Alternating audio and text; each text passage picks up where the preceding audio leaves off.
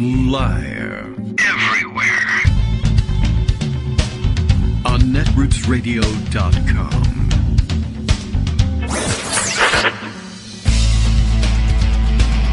David Waldman. Kagro. In the morning. Now, here's David Waldman. Hey, good morning, everybody. How you doing? It's Friday. It's December 8th. It's 2023, and in combination, those three things make it Friday, December 8th, 2023, and the first day of Hanukkah, if you are interested. If you are one who celebrates, we lit candles last night, and all is well. Of course, I did forget something yesterday.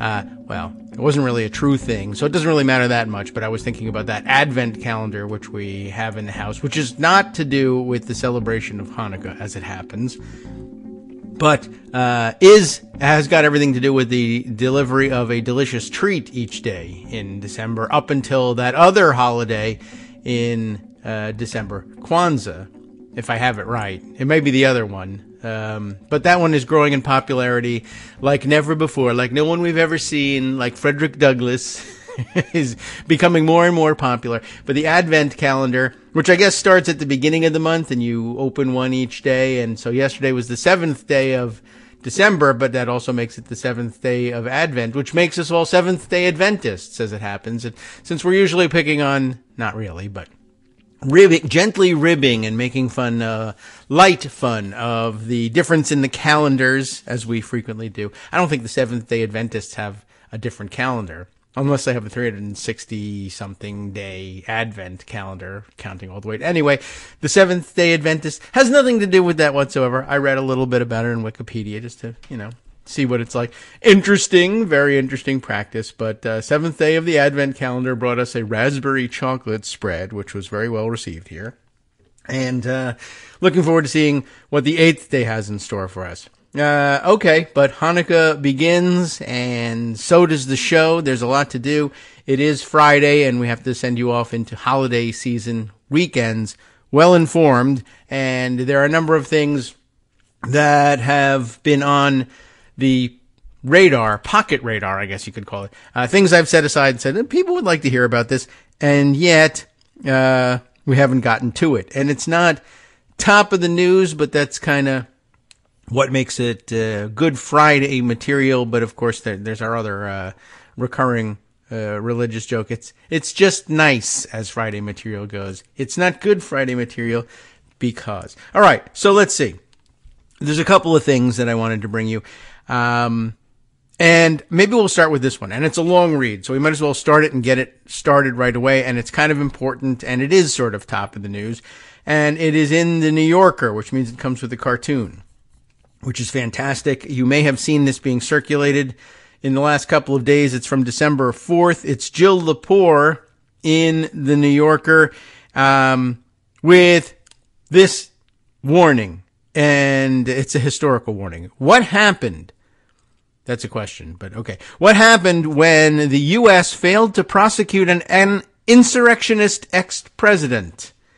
You could be asking that question now. The point is that you should be asking that question now, but it's a past tense kind of a thing. We haven't decided yet, and they are prosecuting an insurrectionist ex-president right now. But what happened when we didn't? They mean Jefferson Davis. After the Civil War, Jefferson Davis, the president of the Confederacy, was to be tried for treason. Does the debacle hold lessons for the trials awaiting Donald Trump? Sure, of course. Why not? So let's look at it. And it reminds me a little bit, in the nature of the question, reminds me a little bit of the question we posed to then President Barack Obama. What happens when you don't try, not insurrectionist, but otherwise possibly criminal ex-presidents and vice presidents in the following administration? Although it occurs to me, we were, of course, talking about holding people accountable for, let's see, indefinite detention, the detention of what they called illegal combatants who may or may not have been combatants, but also warrantless surveillance that happened throughout the United States in the wake of 9/11 and during the wars. And, of course, a number of things, but there were many among them.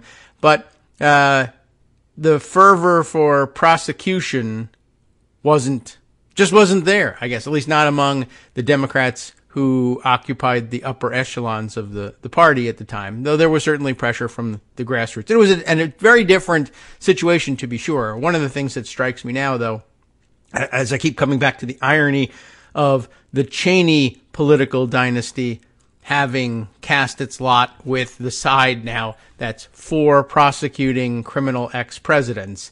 But it occurs to me that, I wonder where we would be had we prosecuted Dick Cheney, as many people advocated. I certainly would have taken that.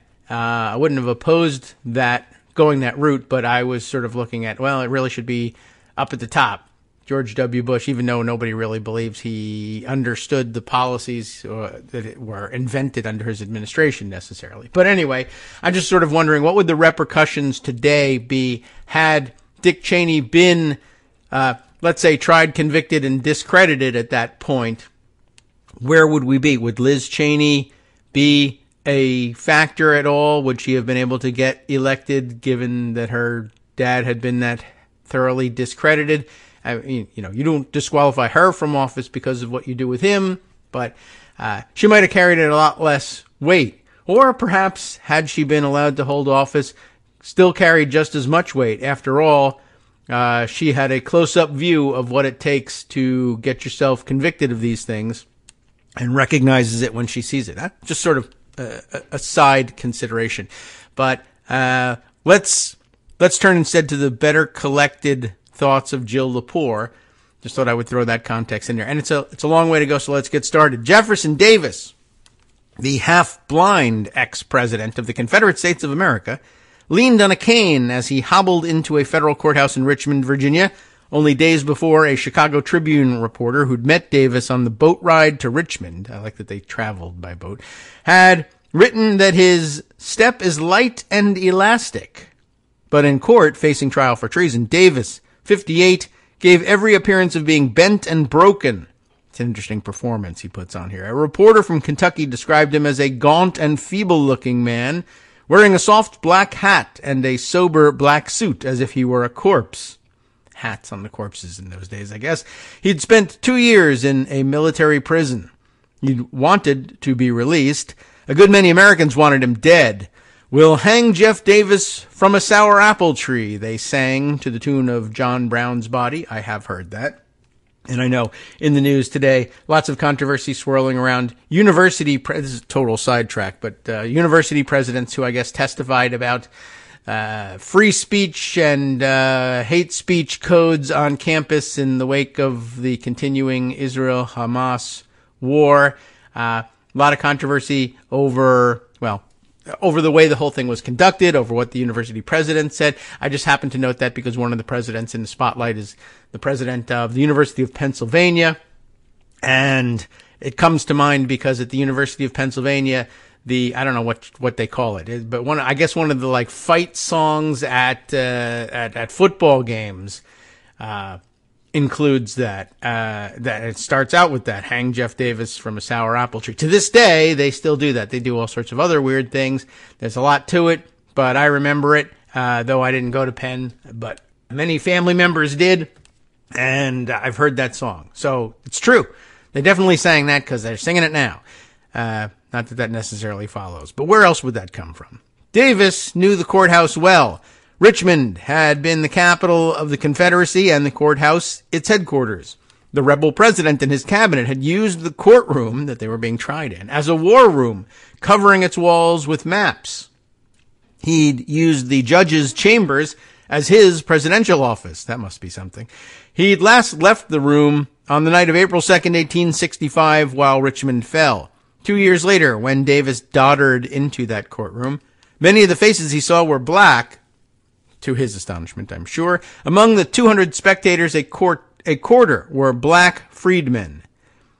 And then the grand jury filed in. 6 of its 18 members were black. The first black men to serve on a federal grand jury, as a matter of fact.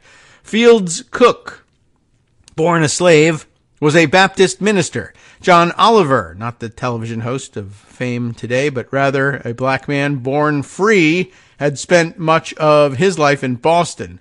George Louis Seton's mother, Lucinda, had been enslaved at Mount Vernon. Cornelius Ligon Harris, a black shoemaker, later recalled how, when he took his seat with the grand jury and eyed the defendant, he looked on me and smiled. What was he playing at? Not many minutes later, Davis walked out a free man. Minutes. How do you like that? Released on bail. Okay, I was like, wait a minute. They didn't. Well, I don't know the story of his trial. Let's figure it out. And not too many months after that, there we go, the federal government's case against him fell apart. But I'm just basically releasing the guy on bail is pretty remarkable, quite honestly. There's no real consensus about why the government's case fell apart. The explanation that Davis's lawyer, Charles O'Connor, liked best had to do with Section 3 of the 14th Amendment. Familiar, right? Known as the disqualification clause, which bars from federal office anyone who has ever taken an oath to uphold the Constitution of the United States and later engaged in insurrection or rebellion against the same, or given aid or comfort to the enemies thereof. O'Connor argued that Section 3's ban on holding office was a form of punishment, and that to try Davis for treason would therefore amount to double jeopardy. I don't know if that was his favorite argument. There must be a reason why it's his favorite. It must have worked. But that's not our understanding of double jeopardy. Not now, anyway. It's a different kind of jeopardy lately. In the aftermath of the insurrection at the Capitol on January 6, 2021, legal scholars, including leading conservatives, have argued that the clause disqualifies Donald Trump from running for president. Challenges calling for Trump's name to be blocked from ballots have been filed in 28 states. 11 cases have been dismissed by courts or voluntarily withdrawn. The Supreme Court might have the final say. The American presidency is draped in red, white, and blue cloak of impunity. Trump is the first president to have been impeached twice and the first ex-president to have been criminally indicted. If he's convicted and sentenced, and unlikeliest of all goes to prison, he will be the first in those dishonors, too. He faces 4 criminal trials for a total of 91 felony charges. 34 of those charges concern the alleged Stormy Daniels cover-up. 40 address Trump's handling of classified documents containing national defense information, and the remainder, divided between a federal case in Washington, D.C. and a state case in Georgia, relate to his efforts to overturn the 2020 presidential election, including by inciting an armed insurrection to halt the certification of the Electoral College vote by a joint session of Congress. His very infamy is unprecedented. The insurrection at the Capitol cost 7 lives, directly, I guess.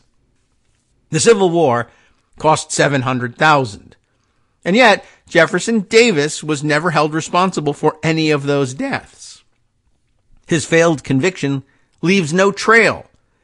Still, it had consequences. If Davis had been tried and convicted, the cloak of presidential impunity would be flimsier. Leniency for Davis also bolstered the cause of white supremacy. First elected to the Senate from Mississippi in 1848, Davis believed in slavery, states' rights, and secession. 3 ideas in one. Every state had a right to secede, Davis insisted in his farewell address to the Senate in 1861, and Mississippi had every reason to because, quote, the theory that all men are created free and equal, unquote, had been, quote, made the basis of an attack upon her social institutions, meaning slavery.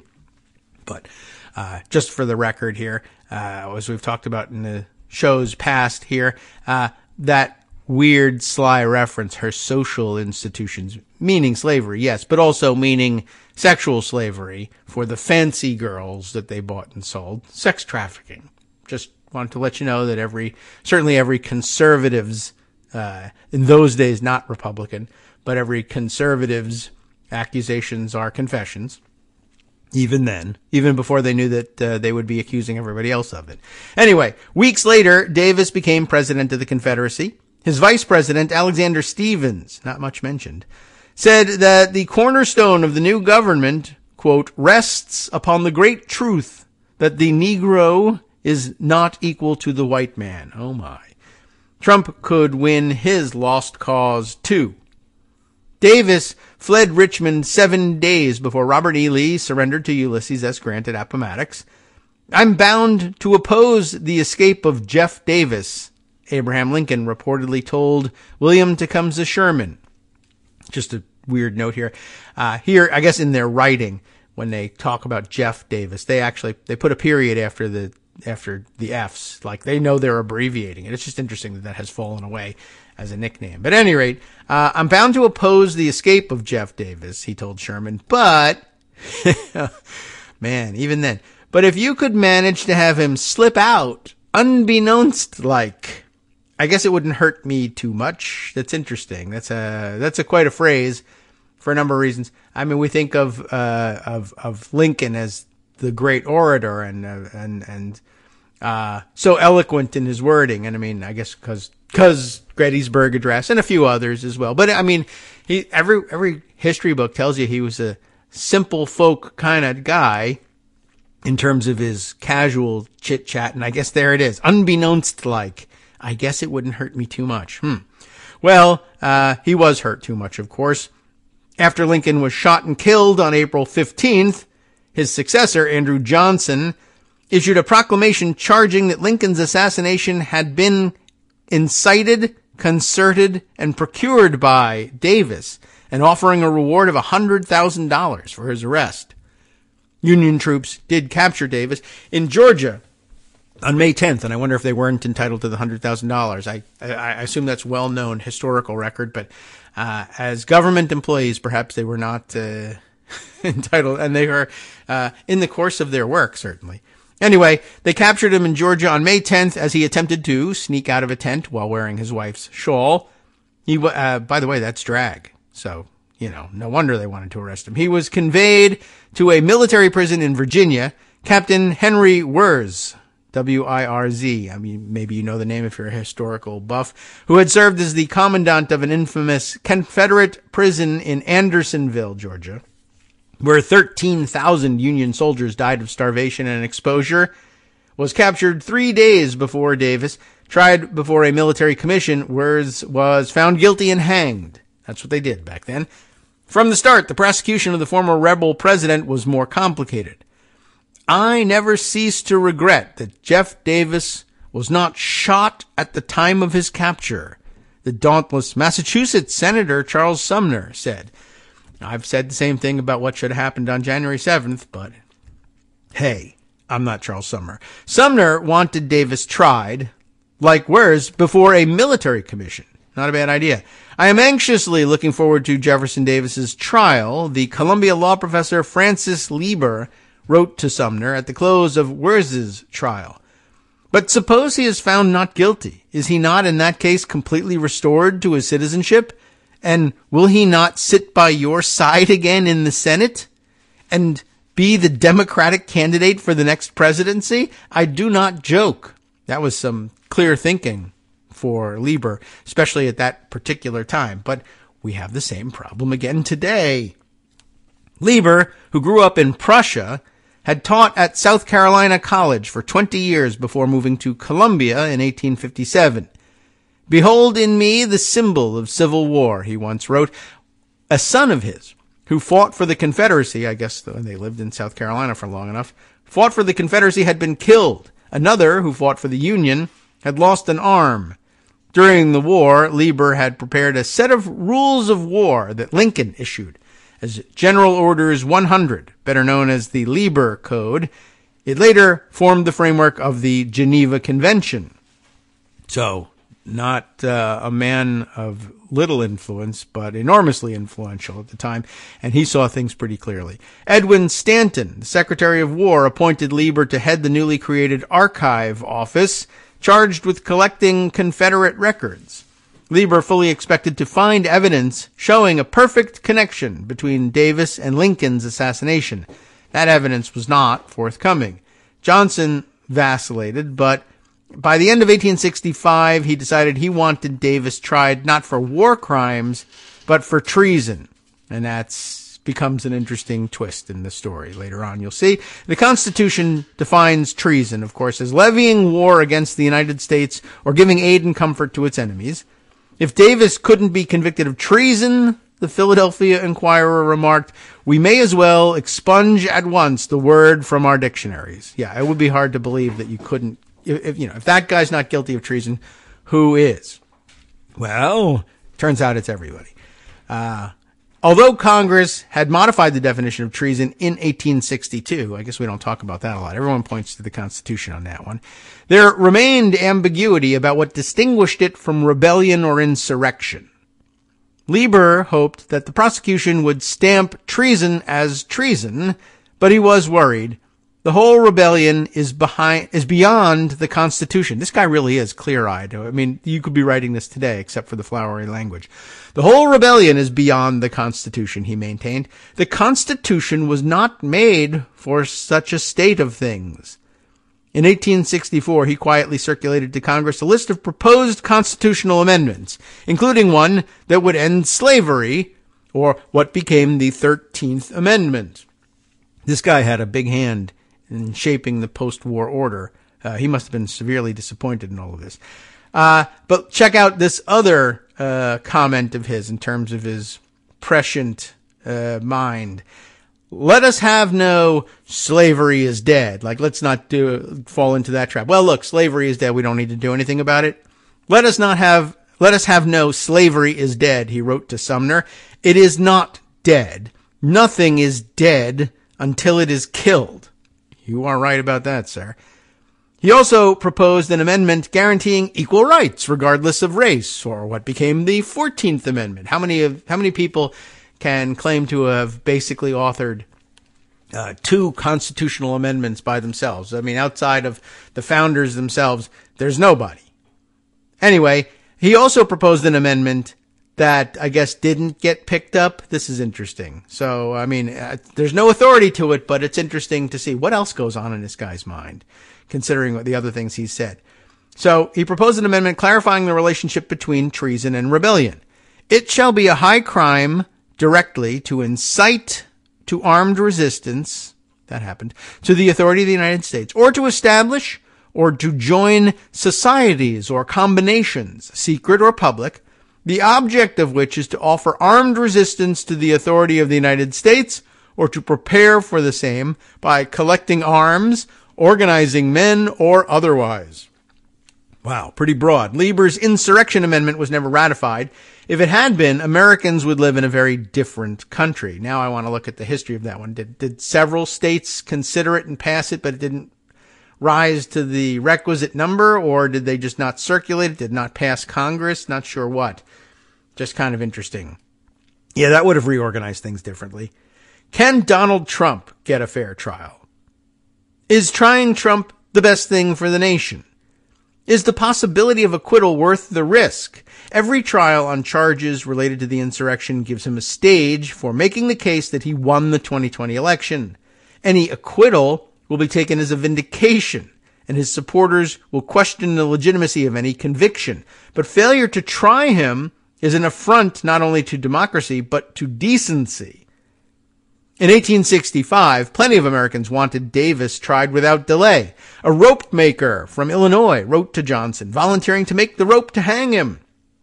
But U.S. Attorney General James Speed, belying his name, wanted to slow things down. We do have that problem still. Americans were still mourning Lincoln and all they had lost in the war. Speed, cautious by nature, ironically enough, wanted temperatures to cool. Many feared that bringing Davis to trial risked handing another stunning victory to the defeated Confederacy, as the legal historian Cynthia Nicoletti argued in a brilliant and exhaustively researched 2017 book, Secession on Trial, The Treason Prosecution of Jefferson Davis. To a charge of treason, Davis was expected to respond that he had forfeited his American citizenship when Mississippi seceded from the United States, and you cannot commit treason against another country. It's interesting. Makes sense for him to try to argue that. According to Nicoletti, the worry that an acquittal would have established the constitutionality of secession meant that interest in prosecuting Davis simply evaporated There are other views. In a 2019 book, Treason on Trial, the United States versus Jefferson Davis, Robert Eisenhower Ramirez, it's Icenhauer, I imagine that's an alternative spelling of what became Eisenhower, I guess, a former criminal defense attorney, not a criminal offense attorney. They don't have those, I don't think. Well, Rudy Giuliani, I guess, is one, wrote that the prosecution unraveled because the men involved in it had towering political ambitions and were unwilling to risk losing so prominent a case. Neither explanation covers all the facts. One hurdle had to do with the venue. Johnson's advisors disagreed about whether a military commission could, in peacetime, conduct a trial for treason. For the sake of both fairness and political legitimacy, it seemed safest to conduct the trial in a civilian court. That would require holding the trial where Davis had allegedly committed the crime, which meant Richmond. But what jury in the former capital of the Confederacy could possibly convict Davis of treason? Lieber, that smart guy, proposed a constitutional amendment to deal with this problem, too. He had a lot of them up his sleeves. One draft read, "Trials for treason or sedition shall be in the state or district in which they shall have been committed, unless," what? "Unless the administration of justice in their respective state or district shall have been impeded by the state of things caused by the commission of the criminal acts which are to be tried." In other words, you shouldn't have to try someone for treason in a state where you can't possibly convict him of treason. Although really, I would say, in other words, you shouldn't have to try them for treason in a state where you can't possibly convict them because they were guilty of committing all that treason right there and then, and left behind a populace supportive of that treason.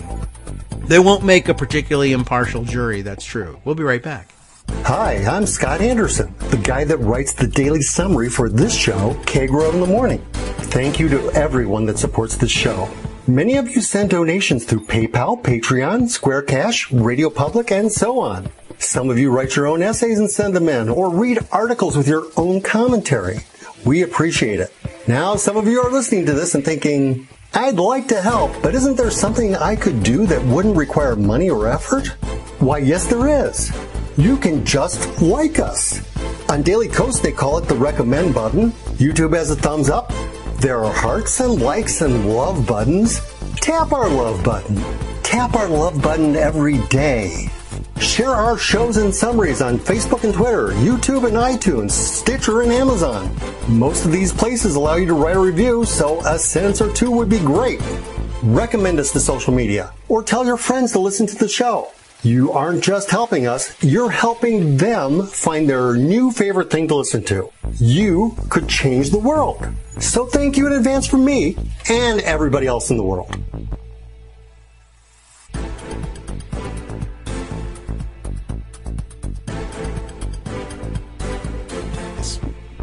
Hey, welcome back, everybody, to the Kagro in the Morning Show. I was having a second show here in the world headquarters, just discussing what was going on. This is an interesting and amazing article, but amazingly long as well. Where did we leave off in this one? We were talking about the weird judicial concept of venue and where to hold a trial. Ordinarily, of course, it happens where you committed the crime, but the worry was, how are you going to do putting together a jury to try Jefferson Davis for anything, much less for treason, in Richmond, where everyone was, of course, living in the capital of the Confederacy for all those years, and perhaps not particularly inclined to see treason from the point of view of those loyal to the Union. Well, anyway, smart guy Francis Lieber had proposed an amendment, also not adopted, that would have addressed it, giving you flexibility to move the trial. But it went nowhere. A doctrine, though, called constructive presence.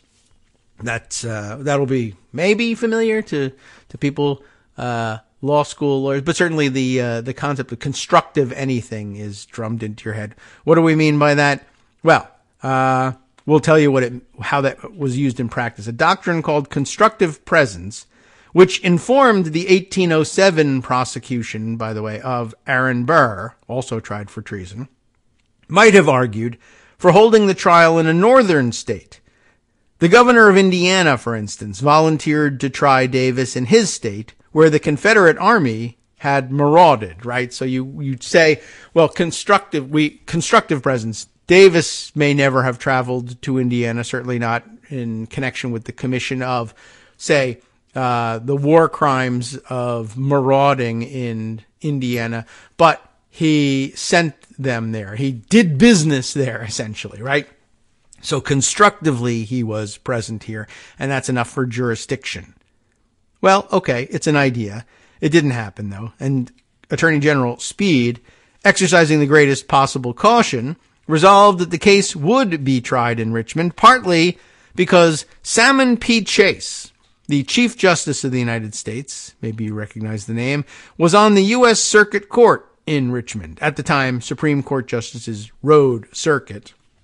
But we have a similar assignment in terms of various justices being in charge of, responsible for emergency appeals and motions from the various circuits, but they no longer go and sit on the circuit courts during their term. But at any rate, Salmon P. Chase, the Chief Justice, was on the U.S. Circuit Court in Richmond. So Chase, who had previously served Ohio as a U.S. Senator and its governor, and I think I knew about that, was best known for his abolitionism. People called him the Attorney General for Fugitive Slaves. That's interesting. And also known for his ambition. It was said he was ambitious as Julius Caesar. I don't know who said it, but that's a quote. Now, this part I don't think I knew. In 1864, even while he was Lincoln's Secretary of the Treasury, he had sought the Republican nomination for president, right from inside Lincoln's own cabinet. People were opposing him for the nomination. Wow. I mean, I would think that's obviously a matter of record. It's just not much discussed. Well, Salmon P. Chase isn't much discussed. Anyway, that's interesting. And now afterwards, of course, he lost the nomination to Abraham Lincoln. And afterwards, Lincoln accepted his resignation, but this too, an interesting play. Like you might think, why would he do something like this? He then nominates him to the Supreme Court. Like, that doesn't seem like the sort of thing that you would ordinarily do, but consider the brilliance of the play, right? You give him a lifetime position. Maybe, I don't know whether he was nominated directly to the chief's job, but lifetime position on the court, and, you're taken out of the political arena. Very few people then or now would resign from the Supreme Court to run for elective office. The power that you wanted was right there. Go ahead and take it. So you remove him as a political rival by putting him on the Supreme Court. Now, Speed hoped that Chase's presence on the bench at the Davis trial, he was going to sit there just like Judge Engeron's clerk, going to be right next to the trial judge on the bench, right? That, of course, incenses Donald Trump to no end because he doesn't know how things work. But anyway, Speed hoped that Chase's presence on the bench at the Davis trial alongside the district court judge would provide the proper degree of authority and solemnity. This didn't solve the jury problem, though. Then there was the question of the lawyers. Speed assigned the case to the federal district attorney for the Eastern District of Virginia, Lucius H. Chandler, who, as it happens, had virtually no trial experience. Having moved to Virginia from Maine and never having supported the Confederacy, Chandler was one of only 2 lawyers in Virginia who had not been disqualified from practicing in federal court in Richmond owing to disloyalty. Speed brought in the New York lawyer William Evarts to direct the prosecution. Evarts, nearly as ambitious as Chase, was happy to participate in what he called the greatest criminal trial of the age, but he left the legwork to Chandler. Davis, still in military prison, arranged for his wife, Verena, to retain Charles O'Connor. That's the name we heard earlier, the celebrated New York trial lawyer and pro-slavery Confederate sympathizer. Hello. I have not left a stone unturned under which there crept a living thing, O'Connor liked to say. He sounds like he was kind of an a-hole. Anyway, he was among the most famous lawyers in the country. He was also despised by black Americans. They knew right away, I guess. And, he couldn't keep his trap shut, so they knew to hate him. An editorial in a black newspaper based in San Francisco declared that he was as great a traitor as Jeff Davis. O'Connor's strategy for his new client was to delay a trial for as long as possible. That sounds familiar too. While the national mood cooled. Luckily for O'Connor, slow rolling is what Speed wanted too. Yikes. Doesn't make for any more fandom, let's say, for Merrick Garland. Even though, doing the job, it makes you worry. Anyway, Lieber, the smart guy, was not wrong to worry that Davis could run for president. In January 1866, Alexander Stephens, the former vice president of the Confederacy, was elected to the Senate. 2 former Confederate senators and 4 former Confederate congressmen had also been sent to the 39th Congress, which had convened the previous month for its second session. Now, the clerk, this is interesting in terms of our procedural ability to object procedurally. The clerk refused to call their names at roll, and they were never sworn in. So, by the way, one more notch in the I don't know what are we notching? Notch in the belt for the importance of the swearing in, right? Remember when we were floating the wild idea way back when that the then still incumbent Barack Obama in January of 2017 could send a nomination for Merrick Garland to the Supreme Court and send it to the Senate, and that the Senate on January 3rd, 2017 could, at the direction of then Vice President and President of the Senate, Joe Biden, pause proceedings in the opening day pomp and circumstance and ceremony, and pause in between the end of the terms of senators from the class that had just stood for election and the swearing in of the newly elected senators, and say, no, we stand convened as a Senate of 66 or 67 senators, not yet having sworn in the new or reelected 33 or 34, whatever the number may have been at the time. And we can conduct business. And in fact, we'll take up the nomination of Merrick Garland to the Supreme Court. There being only 66 of us, that's still enough for a quorum. It is, in fact, also majority Democratic. And we can install Garland on the court and then swear in the newly elected and reelected senators. But as wild as that scheme was, the argument actually from the Federalist, people at the Federalist, who we know now, I think we all know better exactly what the Federalist and the Federalist Society is all about. But at the time, Federalist, that sounds important and not at all pompous.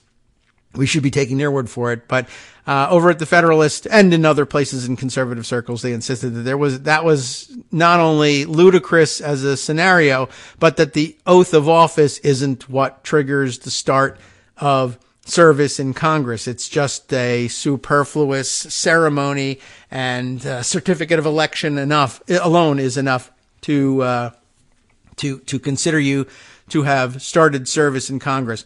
Not that there was ever any record of that anywhere, or of people being permitted to take up their role as a voting member of Congress without having taken the oath, including Joe Biden himself, who, when he was first elected to the Senate, was dealing with the tragic car accident that killed so many members of his family and injured others, and was at their bedsides in the hospital on January 3rd of when was he first elected? I can't remember.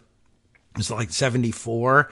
But missed the swearing in that day, and they had to make a special point to travel to Delaware to visit him there and swear him in separately, so that he could begin his service. And then, of course, a couple other examples that have come up along the way that no, actually the clerk of the House and Secretary of the Senate and other relevant authorities consider the oath to be absolutely crucial, and that service in Congress cannot be deemed to begin prior to the admission or the administration of the oath. So once again, we find yet more evidence of that here, and of course evidence of the power of the clerk. So just in terms of on whose authority can 14th Amendment, say, disqualification rest? Certainly a judicial finding of disqualification would help. But it looks to me like at the time of the framing of the amendment, when people really understood what it meant, the clerk could be relied on to say, well, I don't care what the rest of you guys think. And while it takes 2/3 of you to expel him once he's in, it takes me, one person, and my relying on my authority, I guess, under the 14th Amendment, if it had been ratified at that point. I'm not even certain. But he refused, maybe on no authority at all, to call their names at the roll and not swear them in. And that was enough to keep them out of Congress at the time. But back to the story as it's being told here, their presence made clear the need for measures keeping from positions of public trust at least a portion of those whose crimes have proved them to be enemies of the Union and unworthy of public confidence, a congressional committee wrote. They needed something formal. A 15-man joint committee on reconstruction began considering proposals to disqualify former Confederates from federal office and at the same time to guarantee the equal citizenship of freedmen. I guess they hadn't yet ratified the necessary amendments, so all the more amazing for the clerk to do what he did. In January 1866, the committee held hearings to inquire into the delay in prosecuting Davis and called the Virginia judge in charge of the case, John C. Underwood, a New York-born abolitionist and radical Republican appointed to the U.S. District Court by Lincoln in 1864, which probably was troubling to people even then. Underwood had issued a series of rulings protecting equal rights, declaring in one case that all distinction of color must be abolished. He'd also suggested that he intended to sell Davis's Mississippi plantation to ex-slaves for $50 an acre. That's some broad authority. White Virginians despised him. The feeling appears to have been mutual.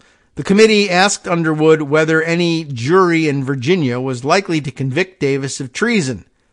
Well, not unless it is what is called a packed jury. Wink, wink, Underwood answered. Well, that is pretty amazing. And while we're now on the side of this Underwood, but remember that was radical and wild and crazy and maybe outside of the bounds of law, and gee whiz, a Republican was nominating him to the bench and he was going to go crazy with their weirdo theory of the way government should work, which, oddly enough, now you and I believe is the way government should work.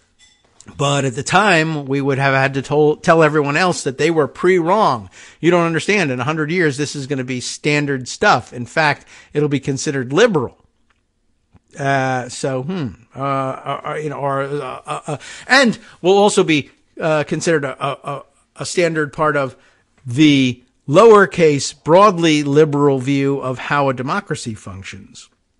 But back then, it was just this weirdo judge is being sent there by a Republican president to just turn the law totally upside down with his cuckoo theories that nobody else believes. It's interesting. Anyway, back to the story as written here. The committee then summoned Robert E. Lee. You remember that guy? He's semi-famous in all of this. He offered a similar assessment.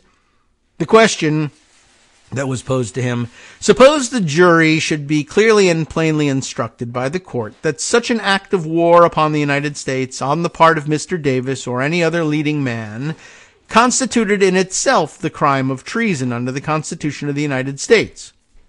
That's the way you and I would understand, like that's how they would hold the trial, right? Would the jury, Robert E. Lee, do you think the jury would be likely to heed that instruction?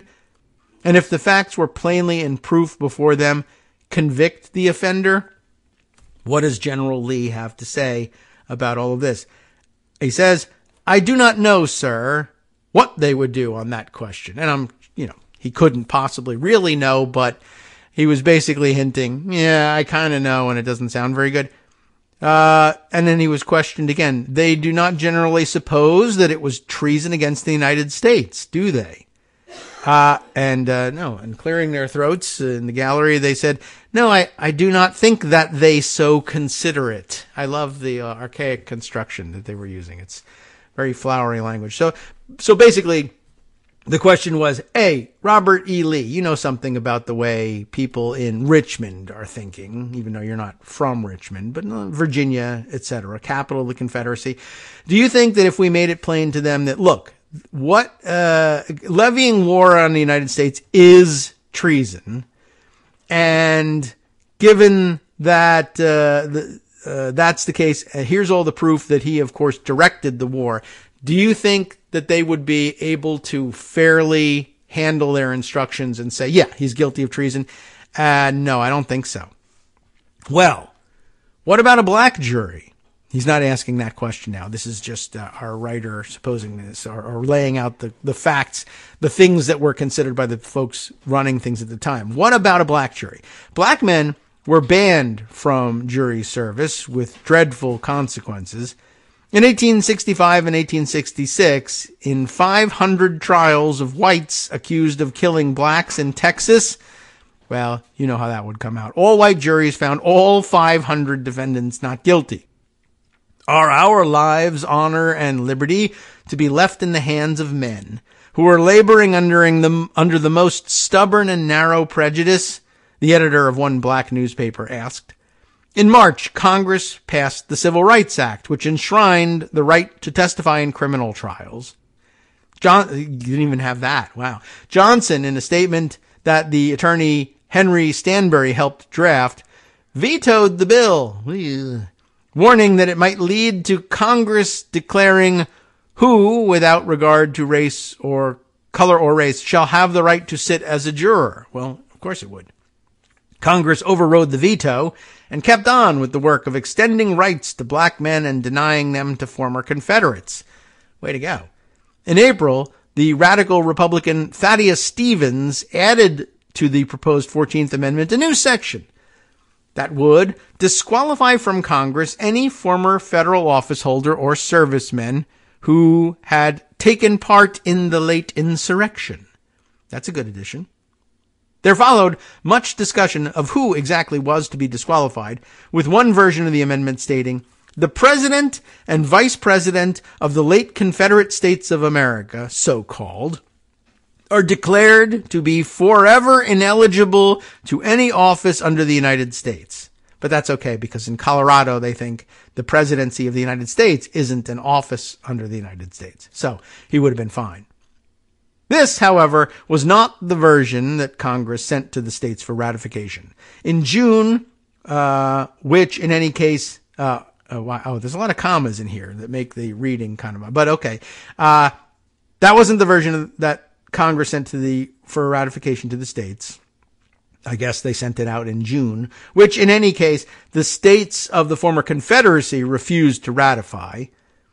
No surprise there. Congress, one North Carolinian said, wanted Southerners, quote, to drink our own piss and eat our own dung. I have never thought of that before, and I'm not in Congress, of course, but it's an interesting thought. I'll use the line.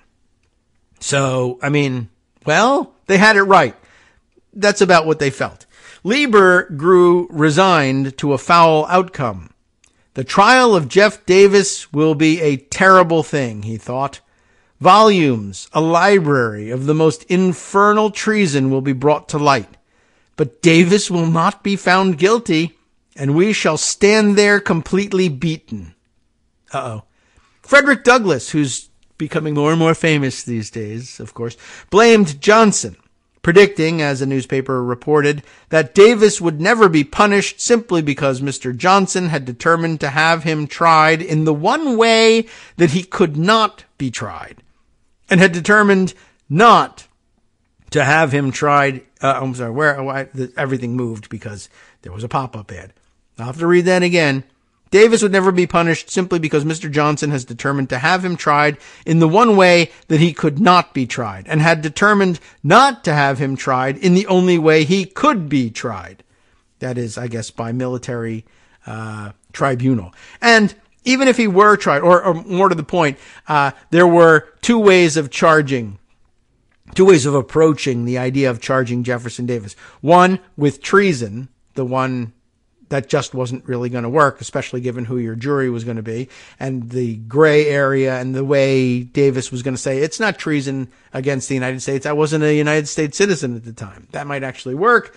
And two, that they should have charged him instead with war crimes, or I guess also with war crimes, because that would be much harder to escape. Yeah, I don't care that you were the citizen, you say, of the Confederate States. We reject that whole construct.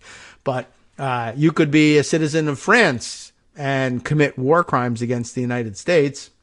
It doesn't matter that you're not a citizen, but they determined not to try him that way. That's what Frederick Douglass is talking about.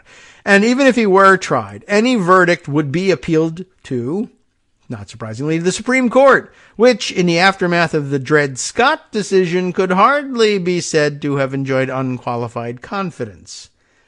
Harper's Weekly asked, does anybody mean seriously to assert that the right of this government to exist is a question for a court to decide? Will Americans trust the Supreme Court to decide a question of such moment in 2024? That's the point of this question. And now, I guess a little bit of a transition, then back to the history. Donald Trump has made much of the fact that 3 of the prosecutors who are heading prosecutions against him are black. It's not 1865 right now, okay? But that's what he's doing anyway. Fani Willis, the district attorney of Fulton County, Georgia, Letitia James, the attorney general of New York, and Alvin Bragg, the district attorney of Manhattan. Trump has labeled the 3 prosecutors racist, calls Bragg an animal, and James peekaboo, and insists, I don't even know what the hell he means by that, by the way, that the charges against him are both politically and racially motivated. Sometimes it feels as if the century and a half separating the trial of Jefferson Davis from the trials of Donald Trump were as nothing. In March 1867, again overriding Johnson's veto, Congress passed the Military Reconstruction Act, which called for the occupation of the former Confederacy by the U.S. Army and stipulated that no state could re-enter the Union without first ratifying the 14th Amendment. Congress also endorsed jury service for black men. In Texas, when the military governor announced that black men would be allowed on juries, some judges refused to hold court. In Virginia, Underwood impaneled black jurors for Davis's trial. Many Northerners approved. The trial of Jefferson Davis leading the rebellion in behalf of slavery should be before a jury made up in part of freedmen, if only for the historic justice, not to say the dramatic beauty and harmony of such a denouement. The denouement, I guess we would have to say. The New York Tribune wrote, but Southern newspapers expressed disgust at the, quote, African quota of the grand jury, quota already in use, describing the men swearing an oath on the Bible as having smacked their lips over the sacred volume when permitted to get at it. I don't even know what the hell they're trying to say there, but, you know, whatever, signing it racist intent, obviously. And an editorial that ran in both the North and South asked if Davis is to stand before and here they use that N-word that we can't even get away with like Negro. They use the other one. Wow. So if Davis is to stand before such a jury, let's say, what becomes of the notion that a man is to be tried by a jury of his peers? Holy cow. What an accusation. When a new trial date came, June 5th, 1866, Davis wasn't there. He was in military prison, so that's not so bad. Lucius Chandler stayed home sick. Chief Justice Chase spent the day in his library in Washington, where he wrote a letter to his daughter. Outside his window, he could hear a newsboy crying, Daily Chronicle, full account of something I don't understand what, and trial of Jeff Davis. Okay, Apparently he was writing that to his daughter. O'Connor, knowing that Chase wouldn't be there, also didn't bother to show up. Who was there for this? Chase maintained that he could not possibly attend a civilian court in Virginia because the state was still under military rule. Chase, by the way, planned to run for president again in 1868, and he wanted no part in the trial of Jefferson Davis. I can't believe it. He had his eye on the election. Why wouldn't he want that to be part of it? Anyway, Underwood rescheduled the trial for October, but the Chief Justice had no intention of showing up in October either. Wow. Meanwhile, any momentum there ever was to prosecute Davis withered as congressional Republicans pursued Reconstruction, a plan that involved treating the former Confederacy as a conquered nation. If a trial were held and Davis argued that he could not have committed treason because, after Mississippi seceded, he was no longer a U.S. citizen, the government would have to argue that he had always been a U.S. citizen. But if he had been a U.S. citizen during the war, then the Confederacy had not been a foreign belligerent, and the U.S. could not justify its occupation of the region as a conquered province. That is troublesome. Of course, there was always, they could have fallen back on, yeah, that sounds really unfair. Now, this bayonet says, get on with your lives. Get moving. Do what we say. You're right. The logic is unassailable. However, these guns say you have to shut up and do what we tell you. I mean, it's not great, but there it is. Under these circumstances, radical Republicans became some of Davis's most ardent defenders. Gerrit Smith, a fiery abolitionist, helped post bail, and that fiercest of congressional radicals, Thaddeus Stevens, secretly offered to represent Davis. I don't know whether he was, honest and forthright in that. I mean, I volunteered to represent Donald Trump at his trial for treason. And then I think at that point I would say, I've been meaning to become a hopeless alcoholic all my life. And now it seems like a great time for me to take that up as a hobby. He lost and he got executed. Dang, that is bad. Well, it's enough to make me give up drinking, and then I'd clean myself up and go back about my business. But I don't know if that was Thaddeus Stevens' intent in all of this. Wow, 2 segments eaten by this giant article, but it seems like an important one. And it's Friday. We'll be right back.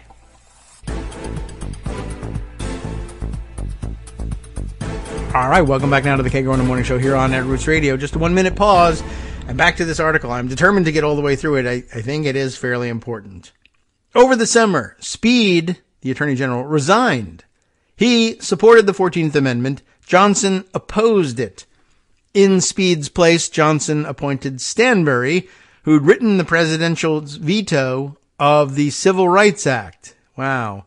When Chandler traveled to Washington to confer with Evarts and Stanbury, the new Attorney General explained that he not only wouldn't lead the prosecution, but also wouldn't attend the trial. This must have been enormously disappointing at the time, don't you think? These 3 men decided not to object to O'Connor's request that Davis be released on bail. And so it was that on May 13th, 1867, Jefferson Davis walked into the federal courthouse in Richmond, eyed the grand jury, and smiled. Grand jurors operate in secrecy and would not normally appear at such a hearing, but Underwood had seemingly insisted on the presence of the mixed-race jury to serve, as he said, as ocular evidence, that the age of caste and class cruelty is departed, and a new era of justice and equality, breaking through the clouds of persecution and prejudice, is now dawning. I mean, that's a soaring rhetoric and an interesting idea, but there's no real reason why that should have been allowed. It's interesting how fast and loose they played it back in those days. When the prosecution said that it was not prepared for trial, my God, Underwood agreed to release Davis on bail. "The business is finished," O'Connor wrote to his wife. "Mr. Davis will never be called up to appear for trial." Wow, that's confident. A new trial date was set for November 25th. No one expected the prosecution to be ready. 2 years after Davis's arrest, Chandler had still not conducted any investigation or prepared a superseding indictment. Underwood told Speed that he believed Chandler was a Confederate sympathizer who was making money by selling pardons. That also sounds familiar. But boy, now you really see Lieber's frustration in writing to Sumner. Why couldn't they just have shot him when they captured him? And as I said, that's what I wonder about January 7th. Instead, here we are all over again. Underwood, told Speed that he believed Chandler was a Confederate sympathizer and was selling pardons. But it may well be that the prospect of black men on the jury led the government to abandon the prosecution, fearful that black men issuing a verdict that condemned a white man to death would inflame the country beyond any possibility of repair. Of course, we had just repaired it just fine. Of course, at a high price, but no real indication of any ability of the Confederate States to rise up in war again. And had they done so, they were occupied militarily. I think it would have been over fairly quickly. But it's easy for me to say 150 years removed from all of that death. Still, they have that to worry about. O'Connor, at one point, assured Verena Davis, Chandler professes the kindest disposition and says he will try to get a white jury. But this is impossible. Underwood is a devoted courtier of at the feet of Sambo. Woof! And there is no appeal from his decisions. The trial jury, O'Connor warned, will be composed of 8 or 9 Negroes and 3 or 4 of the meanest whites who can be found in Richmond. He wrote to Verena, I find it impossible to believe that we are destined to play parts in a farce so contemptible as a trial before Underwood and a set of recently emancipated Negroes, but it is equally impossible to assert with confidence that the thing will not happen. Well, the thing did not happen. On the day the trial was to begin, a crowd assembled in Richmond to wait for the train from Washington. The colored population seemed to take a deep interest in the proceedings, you think, and were on hand en masse. A correspondent for the New York Times reported. Good old New York Times. The train pulled up. Has Mr. Chase come? People cried. He had not. At the courthouse, Underwood announced that the court was adjourned. It's one of the sorriest moments of the whole sorry story. A newspaper reported that there had been a crowd outside the courthouse consisting chiefly of blacks, but upon hearing the announcement, the crowd quietly dispersed. No justice, only peace. And peace is not enough. By the way, for all the panic then as now that, oh my God, crowds of black people, yikes, they're going to be crazy and violent. Imagine that, right? This is the trial for treason of Jefferson Davis, and not only is he out on bail, but the judges won't even show up.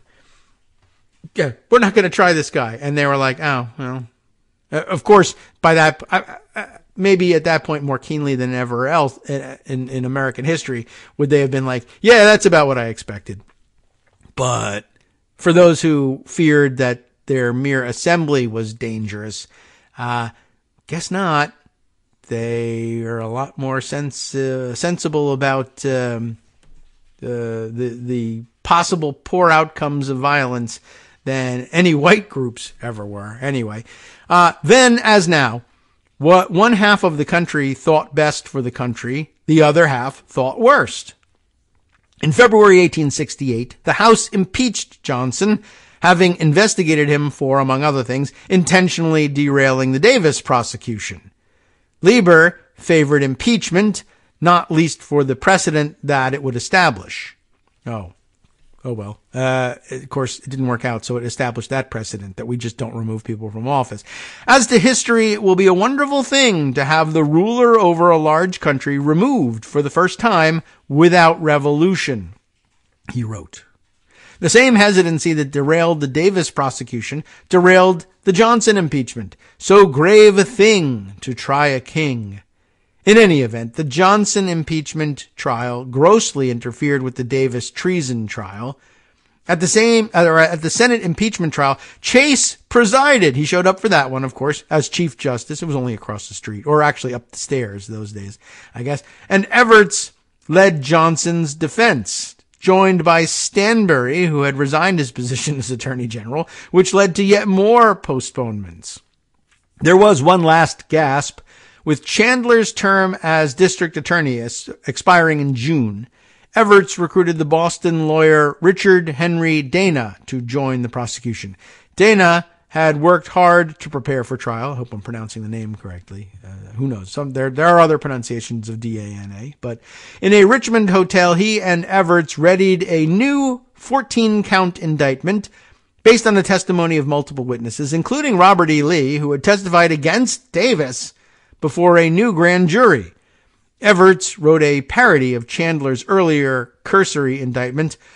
I have arrived at the fact that J.D., Jefferson Davis, used to wear a Confederate uniform on great occasions and have a witness who can prove it, in the person of a colored waiter who came to me last evening. But Dana reluctantly concluded that the trial should not proceed. Wow, okay. What seemed even more urgent was to disqualify Davis from ever again holding public office. Sending him back to prison, or, God knows, hanging him, could have been almost as bad for the country as acquitting him. Dana drafted a letter of resignation on both lawyers' behalf, sent it to Evarts, who pocketed it, unsure of what to do. By the time Chase and Underwood finally held court together in Richmond, in December of 1868, the 14th Amendment had been ratified, and Chase had discreetly suggested to the defense a new line of reasoning, that Davis could no longer be prosecuted for treason because, having been disqualified for office upon the amendment's ratification, and he notes here parenthetically, or the author notes parenthetically, what Chase wrote at the time, or rather what the defense said at the time about that idea. Well, he was disqualified for office once the amendment was ratified, so that's punishment enough. They write, it needs no legislation on the part of Congress to give it effect, the defense said. Do you see what they're saying here? That at the time, no less an authority on being in the wrong as Jefferson Davis's trial representation said that there need be no legislation on the part of Congress in order to disqualify someone under the 14th Amendment. In other words, it's obvious and self-executing is really what they're saying. But now, of course, we're saying, no, it either requires legislation by Congress or at least the finding of a court. But that's not what Jefferson Davis's team said, oddly enough. Well, anyway, they said that because they said, well, if he's disqualified for office, that's punishment enough, and any more punishment is double jeopardy. O'Connor gleefully offered up this argument, suggested to him by the Chief Justice himself. Dana, who knew the argument to be nonsense, countered that the Constitution is not a criminal code, and that being disqualified from office is not a penalty. Chase agreed, though, with O'Connor, because it was his idea. Underwood agreed with Dana. Now you have a problem. Two judges on the bench who disagree.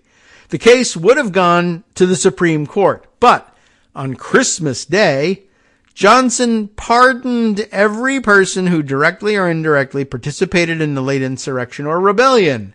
And not long after that, the prosecution entered a nolo prosecute. How do you say that in Latin? I don't actually remember ever using the phrase, but obviously we're not going to be prosecuting this. The guy's been pardoned, and that's the end. Too bad I ruined it with not having Latin pronunciation at the ready. It has been nearly 3 years since the Capitol attack. In other words, things are cooling, just like they did with this trial. In November, a district court judge in Colorado found that Trump did indeed engage in insurrection against the United States, but the judge refused to order the removal of Trump's name from the state's primary ballot. Will the Supreme Court find that the 14th Amendment disqualifies Trump? Will any jury in New York, Florida, Georgia, or Washington, D.C. convict him of a crime? He could be acquitted, or he could be convicted, win the presidency, and pardon himself. Whatever the outcome, it will be contested by half the country, and there will be a cost, which won't be borne equally. Amnesty is a kind of charity. It is not usually given with malice toward none.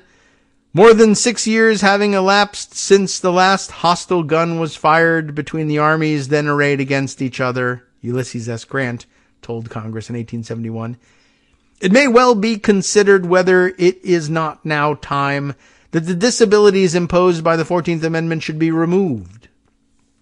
Over the objections of the first black members of Congress, Congress voted for a general amnesty. In the Senate, Charles Sumner tried to attach civil rights provisions to the bill on the ground that both measures involved the removal of disabilities and the guarantee of rights. A germaneness argument, in other words. Now that it is proposed that we should be generous to those who were engaged in the rebellion, Sumner said, I insist upon justice to the colored race everywhere throughout this land. Or, as the black Congressman Joseph Rainey said of ex-Confederates, we are willing to accord them their enfranchisement. And, here today, give our votes that they may be amnestied. But there is another class of citizens in this country who have certain dear rights and immunities, which they would like you, sirs, to remember and respect. And guess who that was?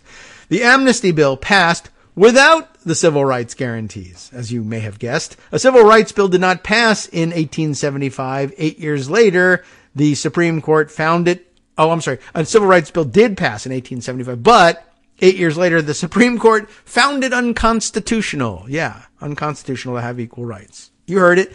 Salmon Chase ran for president in 1868 and 1872 and lost. Lieber died in 1872. Chase and Underwood in 1873. Sumner in 1874. In 1876, our centennial, Lucius Chandler put stones in his pockets and drowned himself. Wow. Jefferson Davis died of a cold in 1889 at the age of 81. He was buried in New Orleans. His remains were later moved to Richmond. Yeesh, get rid of them. Where are they now? Are they still there? Goodness. Well, maybe in the wake of all the statue protests, something will happen with that. In 2020, Black Lives Matter protesters pulled down an 8-foot-tall statue of Davis that had been made by Edward Valentine and erected on Richmond's Monument Avenue in 1907. The 1,500-pound statue, defaced, toppled, and streaked with paint, is currently on display in a room at Richmond's Valentine Museum, whose founding president was the sculptor himself. In 2021, a group calling itself White Lives Matter stole a stone chair dedicated to Davis from a cemetery in Selma and held it for ransom. I don't think I knew about that one. Harper's reported this fall a New Orleans tattoo shop owner was cleared of charges in a ransom plot to return the Jefferson Davis Memorial chair, or to turn it into a toilet. That's some plot. Aside from that single day in Richmond in May of 1867, Davis never appeared in a courtroom to defend himself against the charge of treason. But for the presidential trial that never happened, 24 men had been assembled for a jury pool. 12 of them were black. So momentous was the occasion that the 24 men sat for a photograph. 12 white men and 12 black men posed, cheek by jowl, hands on one another's shoulders. The picture of a promise. Joseph Cox was a blacksmith who, like his fellow juror Lewis Lindsay, served as a delegate to Virginia's 1867 Constitutional Convention. At the event, where delegates elected Underwood to preside over the proceedings, Lindsay proposed a disqualification clause which would bar former supporters of the Confederacy from holding office. John B. Miller, born free, worked as a barber. He was later elected to the Virginia House of Delegates. Albert Royal Brooks, born into slavery in 1817, had bought the freedom of his wife, Lucy Good, their 3 youngest children, and the future increase of the females. That's the old terminology. In his own unborn nor yet conceived children and grandchildren. He had to buy that for $800. Lucy Good Brooks had a cameo made, a silhouette of her husband taken from that photograph of him as a juror called to determine whether Jefferson Davis had committed treason against the United States. She wore it as a brooch for the rest of her life. And that's it. We made it to the end. It was important and worthy, and the fact that we're going through this all again and making the same mistakes, perhaps all over again, and in the same ways all over again, is rather astonishing, considering that we have not done well in the time since. We've survived, but we have not done well. All right, I got to switch gears, I think, because everything's a switch in gears from that, and bring you other Friday-like news. And there are a lot of things to share with you. Let's see. I'll have to save for the next segment the rather lengthy recorded story that we have from Seth Chipman on a totally different subject, back to the Middle East, on the issues swirling around the Israel-Hamas war, or in fact, rather a return to the issues looming for Iranian citizens, given that their government supports Hamas and that the Iranian citizens can testify, if anyone is interested in hearing it, in Palestine, to the dangers of being ruled by such a regime.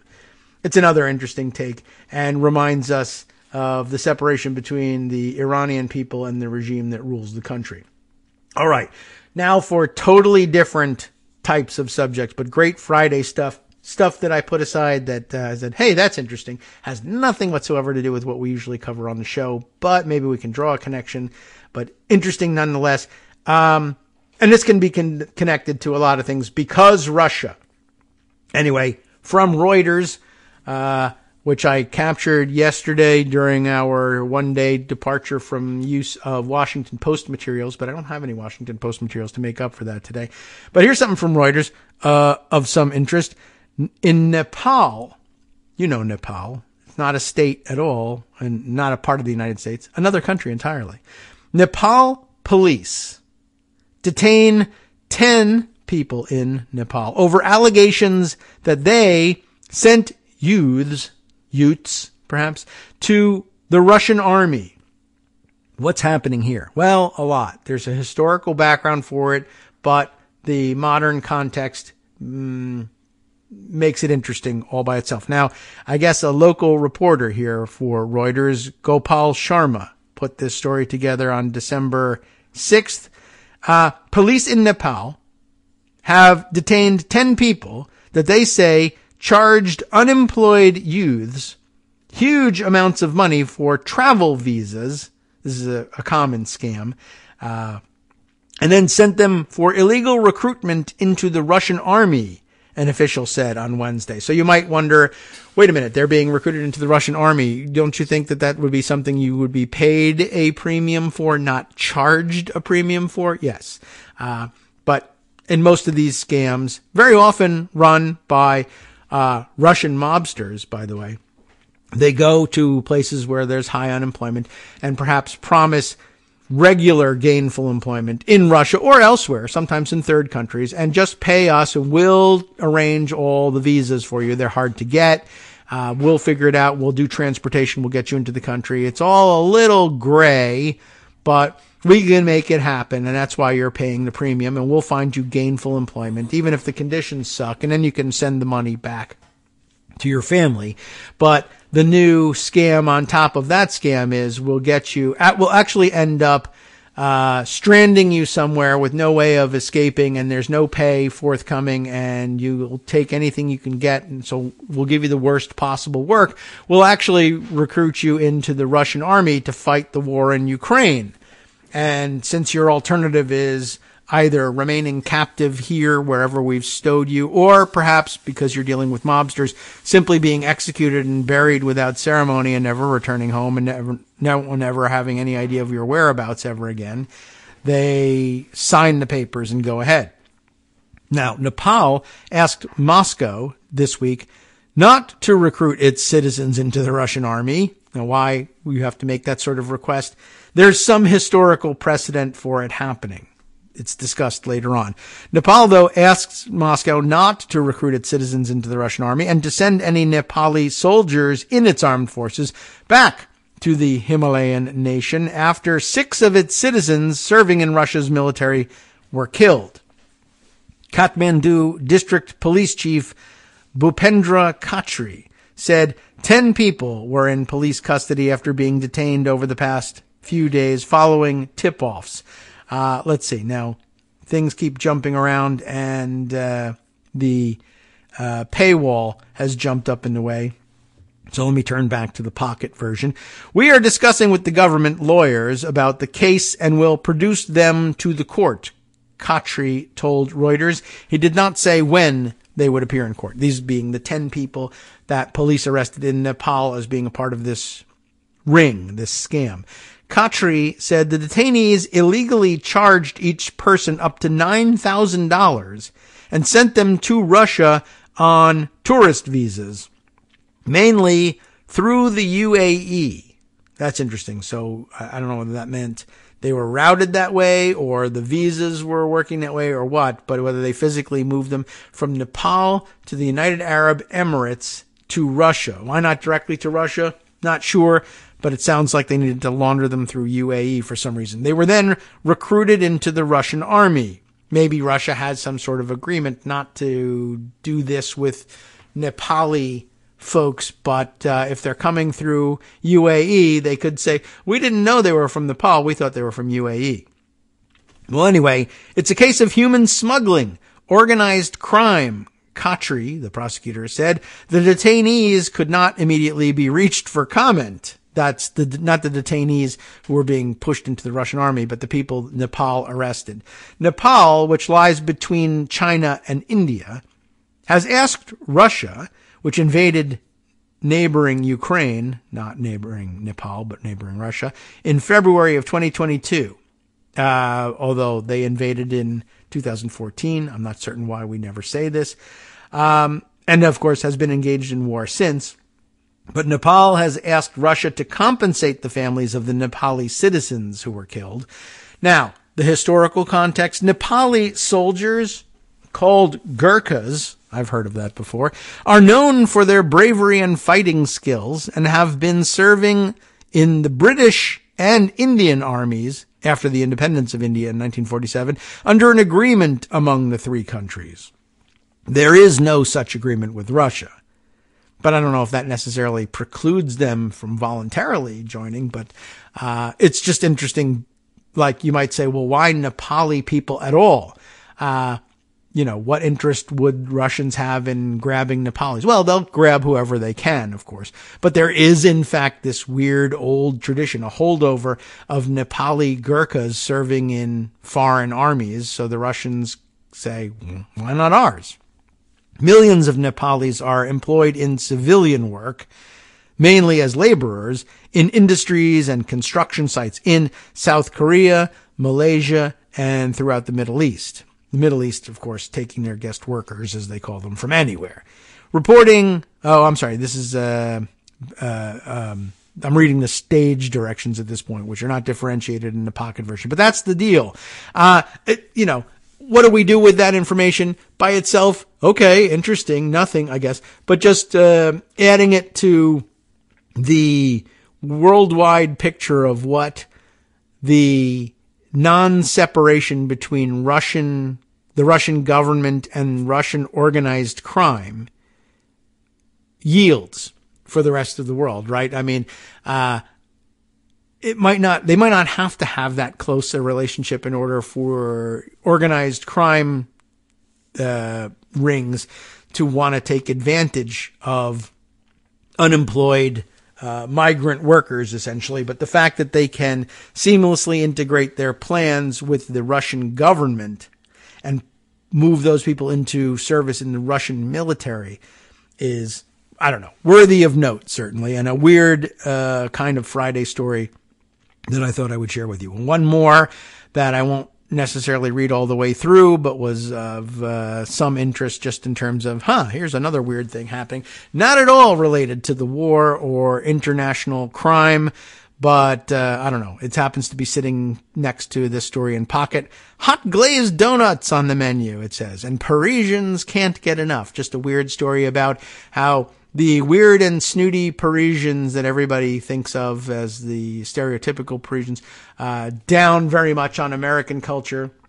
As it turns out, not true. And in fact, American fast food, which you would think, we would assume, that Parisians would turn their noses up and say is garbage, and ought never even to be allowed in France, is actually like the illicit hot item in Paris, and everybody loves to indulge in this stuff. I don't know whether it's, to stick a thumb in the eye of the real actual snooty Parisians and French, or what. Or maybe this stuff just tastes good. But apparently Krispy Kreme Donuts has opened in Paris, and it has people like camping out in the cold on the sidewalk in order to get the hot, fresh first batch of the day. It's that bad. But it's also that good. Just wanted to let you know that maybe some of the things we think about the way people operate in other countries and think of Americans might be wrong. Hi everybody, it's me, David Waldman. Yes, the same guy who interrupts you all the time. Interrupting you one more time just to tell you again, another reminder that your contributions are what keep this show on the air, and patreon.com, patreon.com, is still among the easiest ways to make the sustaining subscription donations that keep us afloat. Are you ready for the pep talk about how our Patreon campaign is still going strong and growing? Well, too bad. Yeah, the plain fact is we actually are headed in the wrong direction, and whereas we once had about 175 monthly patrons, we're now actually down below 150. Time to recruit some more. Not exactly the kind of news I wanted to share, but there it is. For those of you in a position to support the show, patreon.com does make it easy to make those secure, recurring monthly contributions to do so. Patreon.com/KagroX gets you straight to our donation page. We've been through a lot together. The worst of the pandemic, we hope. The worst of the insurrection, we hope. So go ahead and treat yourself. You don't need an excuse. Give yourself the gift of a little something you enjoy in life. Support the show. And of course, if you happen to prefer using PayPal or even the Square Cash app, we're up and running on those options too. So thanks again, everyone, for all your support. We couldn't, or at least shouldn't, do it without you. Hope you'll be on board soon too. Thanks for all your support.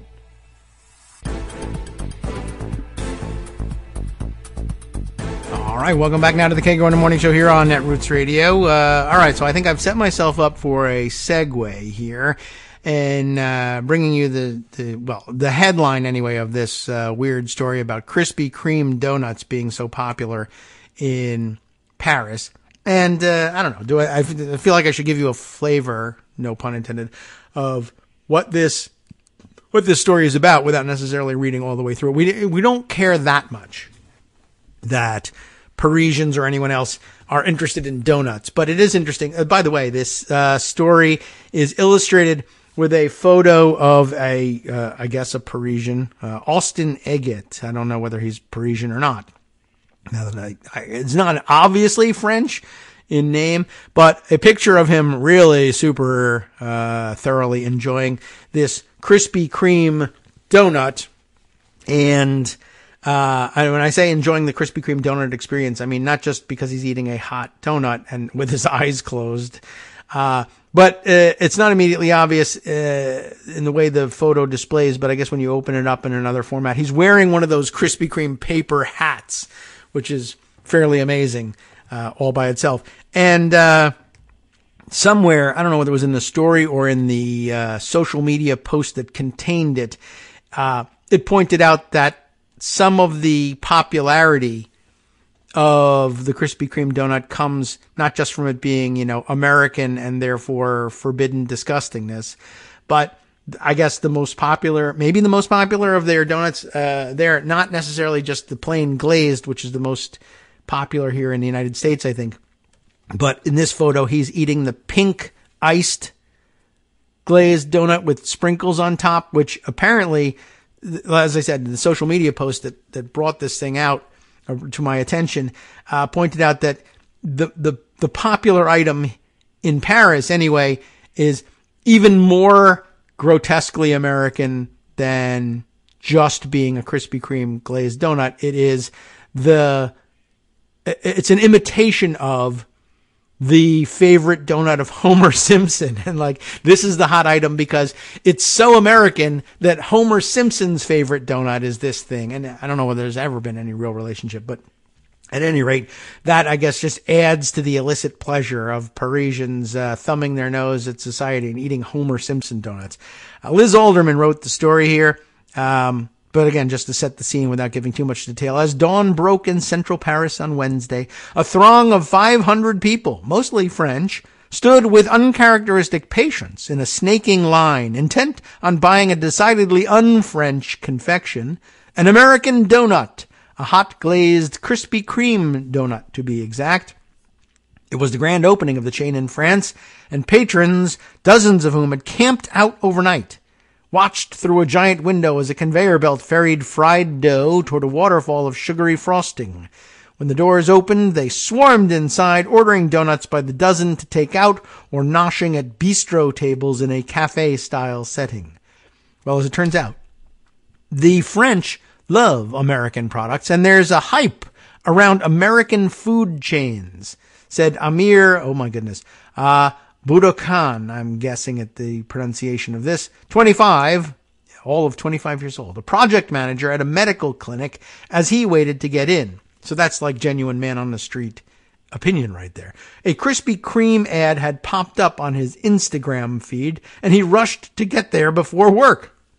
I'll be late, he said with a smile, but at least I'll have donuts for my colleagues.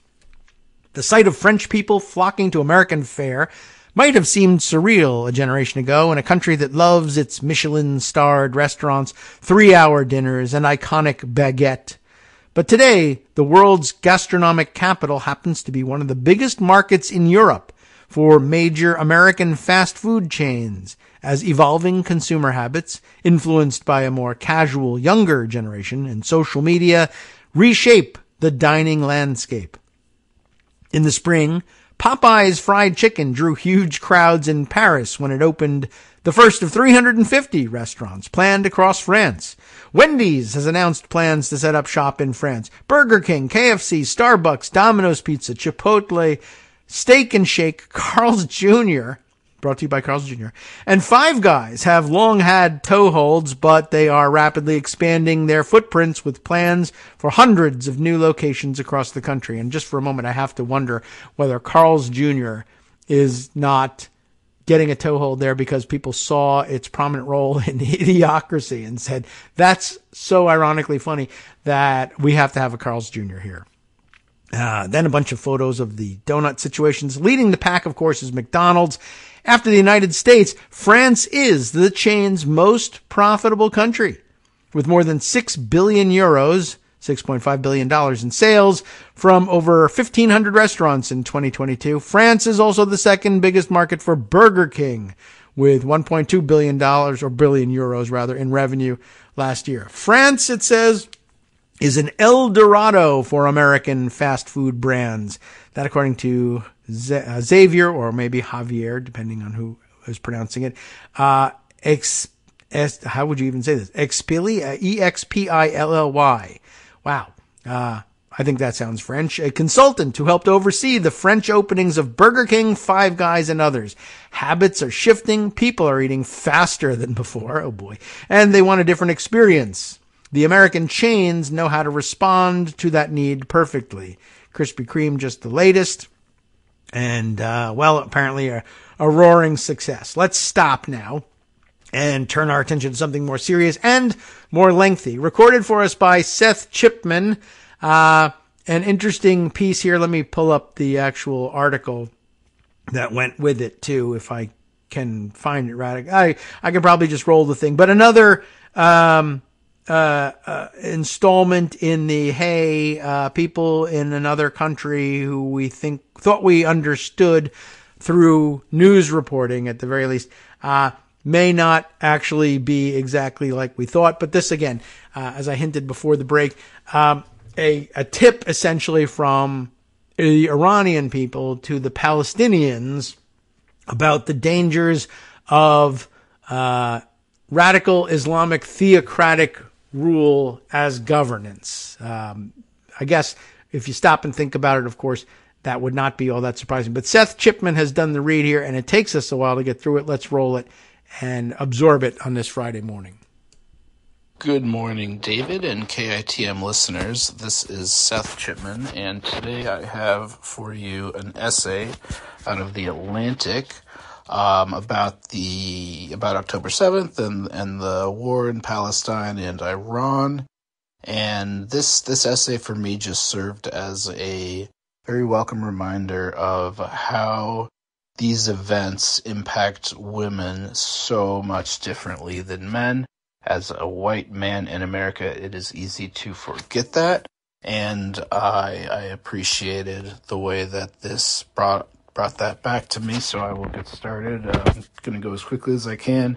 Let me issue a blanket apology. I don't know how to pronounce most of the names in this, but yeah, so this essay is titled, What Hamas Promises, Iranians Know Too Well. The subheader reads, Young Iranians can have no illusions about the mix of misogyny, anti-Semitism, and Islamism that Hamas and Iran's rulers share. This is by Roya Hakakian, and I'll jump right in. Of all the cataclysmic events I have ever experienced, October 7th affected me like no other. The videos of hateful protests and bloody or charred bodies unearthed memories I'd long kept buried. In one, I am a girl standing in the doorway of our home in Tehran, staring at graffiti that appeared overnight on a neighbor's wall. Punctuated by a swastika, something I had never seen before, were 3 words scrawled in black paint on red brick. Kikes get lost. This was in January 1979, just a few weeks before Iran's Islamic Revolution, and nothing was as it had been. The rest of the world saw the revolution embodied in the figure of the ascetic cleric Ayatollah Ruhollah Khomeini, seated cross-legged on a cot in a Spartan room in the suburbs of Paris. But for those of us in Iran, its signs were uncomfortably close, ubiquitous, and inescapable. Allahu Akbar was its soundtrack, an all-purpose call that was at times a plea, at other times a call to arms. The streets were ablaze with bonfires that winter, tires and much else set aflame. Whatever harm the great Satan, America, and the little Satan, Israel, had allegedly inflicted on the nation before, at least in those few weeks of a nationwide oil shortage, these countries' burning flags kept the protesters warm. Finally came the revolution's most indelible sign of all, the Islamic dress code forced on women, who could wear only black, gray, brown, or navy blue. The mandatory hijab drained a once colorful capital of its vibrant hues, casting half of the population into shadow. Women demonstrated in opposition to the order, but they had few allies.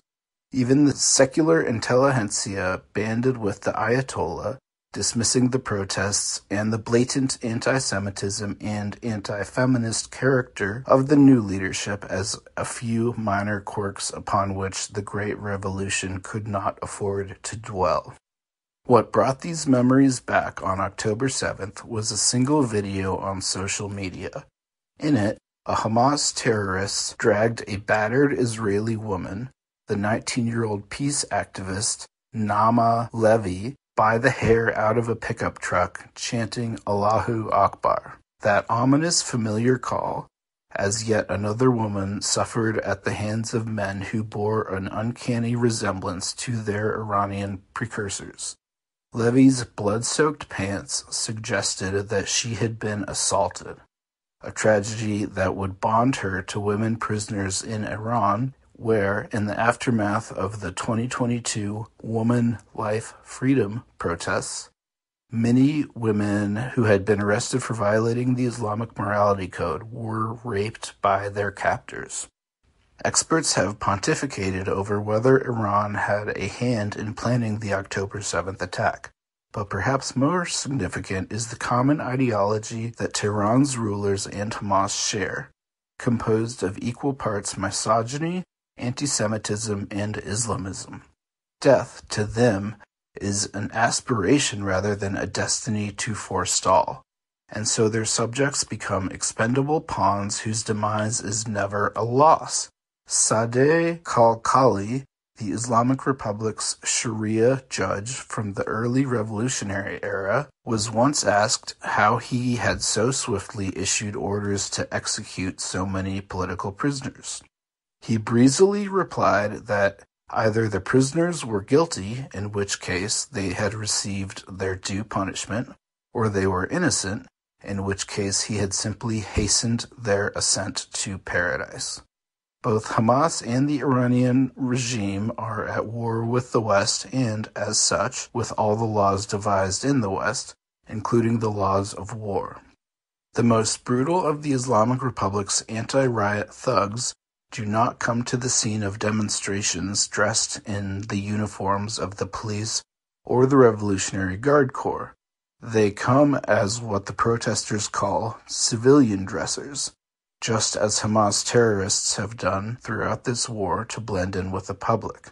Both use ambulances to penetrate the ranks of their opponents, to snatch prisoners, or to get away from hostile crowds.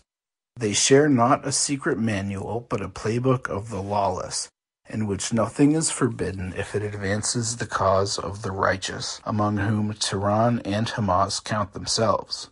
And yet, what Iran's regime has done for more than 4 decades to create a new crop of zealots in its own image has backfired. Iran's younger generations show a moral clarity that other nations in the region, and even the throngs on the streets of London and New York, do not demonstrate with regard to Hamas's malevolent program.